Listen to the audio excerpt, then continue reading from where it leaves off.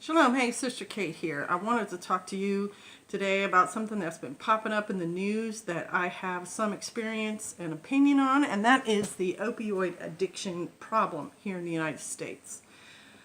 The first we heard about it, or first I heard about it, was when people I knew actually were addicted and started doing things in their normal lives, which is part of the definition of addiction. If you are whatever it is you're really, jonesing for, interferes with your everyday life, like you can't eat or you can't wash dishes or you don't pay your bills or whatever, that's addiction. And the people that we found out later who were addicted were people who had been in automobile accidents and had lingering pain. The one lady had smashed her face on the steering wheel. The other lady had a back issue, and so they were given heavy-duty drugs to take care of their pain. And that is what these heavy-duty drugs were, created, discovered to help with. And so it made sense that these people get these medicines when they're in severe pain. And the drug fentanyl, which is apparently one of the big ones now, was designed to help people with cancer. And it makes sense. If you're in, the stage 3, stage 4 terminal cancer, it's very painful. Your body's being eaten on the cellular level. And so I can understand wanting a heavy medication to alleviate that pain. What has happened in the interim, however, and that's been 20, 30 years, somehow it's now like, M&M's, street candy, whatever, and it's being given out as pain alleviating medication, like, for everything. And when I had that brain surgery, which I had a year ago, if you didn't know anything about it, there's videos, you can look them up, where I talk about it. They gave me morphine right away, which has been around forever. Morphine's been the pain medication for at least 50 years, probably longer than that. And I hate morphine. Morphine is one of those things that when it's introduced into my system, it just, it jangles my nerves. It's like you injected me with battery acid or something. It's just awful, and I hate it. So they were like, well, that's all you're supposed to get right now, so that's what we're going to give you. And so they gave it to me, but I said, can I please have fentanyl? And I had fentanyl way back when I had my C-section, and I thought it was like a lesser pain med, right above Tylenol. Apparently not. Apparently it's a higher level, for cancer patients. And so when the lady looked at me weird, I initially thought she thought that I had a high pain threshold, that I can handle it, and so I'm taking a lesser med. No, she was probably looking at me because she thought, wow, you're pretty old, but you're probably hooked on it. And I wasn't.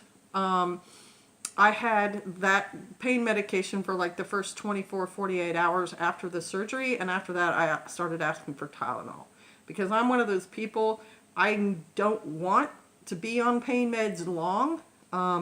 They're covering up your body's healing, and I'd rather know my body is healing and healing correctly than have all that pain covered over and not know if it's healing correctly and have problems later on. So I'm the kind who just gets to Tylenol as soon as I can, and that's how I operate.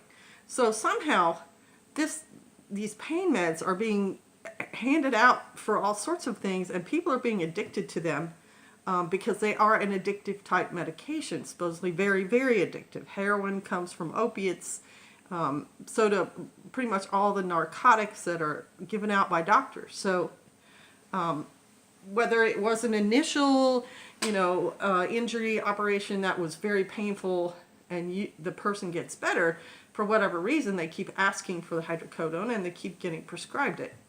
Or Oxycontin, or, Vicodin. I think Demerol is another one of those names for the opiates, the narcotics, and I had that when I had my C-section as well. And it just made me feel like I was swimming under 2-3 inches of water. It was awful. I hate that stuff. I never want to take that again. So, keeps popping up in the news. I'm pretty sure it was Smithsonian Magazine had a story about a coroner up in the Northeast, Delaware or Connecticut, who's thinking of retiring, and his office, he's the only coroner there, is 2 years backed up with criminal cases that are requiring drug testing, for overdosing, and it's so much paperwork and such a volume that this poor man's been overwhelmed, and he's thinking of retiring. If he does that and they don't have anyone to replace him, there goes all those criminal cases in that court system, and it caused a huge, huge problem. So I got kind of curious. I didn't know that much about it. I know that opiates for the longest time, came from the Golden Triangle in the Burma, Thailand, Laos, Cambodia, whatever thing up there, especially during the Vietnam War. But I was surprised to find that Afghanistan is the biggest provider of poppy flowers, which then get processed into an opiate of some kind, and 50%, over 50% of their gross national product is tied to the poppy export. Not only that, since 2001, since 9/11, and America's been at war in that region with Afghanis, the production of the flowers has gone up, not down. Now, does that make any sense? When a country's in war, that the production of something like, a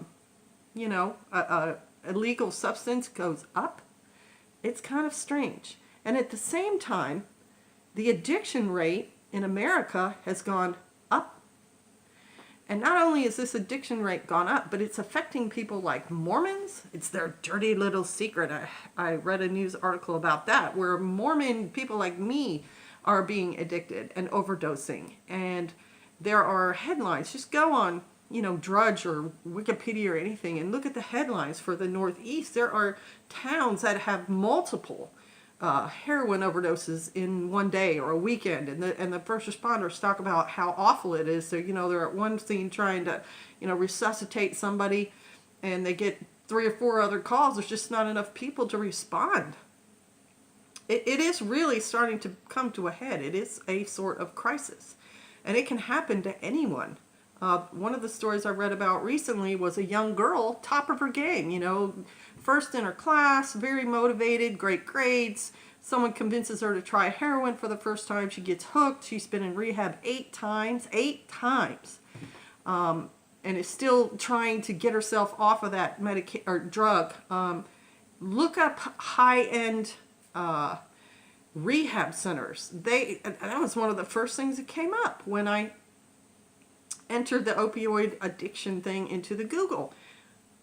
Big bucks being made by people who get addicted and are paying to try to get off this drug. So it's a problem. I don't know if you all have any connection to it. I don't know if you've been affected by it or not. My number one recommendation is that you try to stay away from these things. If you have operations or whatever and they insist that you take them for the shortest time possible, and then get yourself onto something pain relieving that is not addictive, that is not that strong.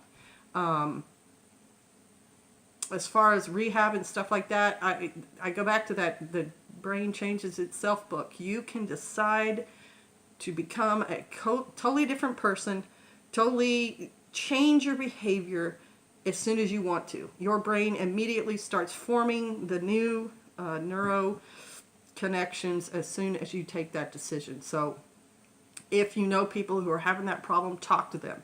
Let them know they don't have to stay there. It's simply frame of mind. Yes, the body can react in response to it, but it doesn't have to. I'm not going to get into that story. Just let it be said that once you change your mind and you want to change your life, that you can. And, I'll take any suggestions, stories, whatever connection you think there is between Afghanistan and the opioid addiction problem here in the States. I'd love to hear your thoughts on it. All right. Thanks for watching. Shalom.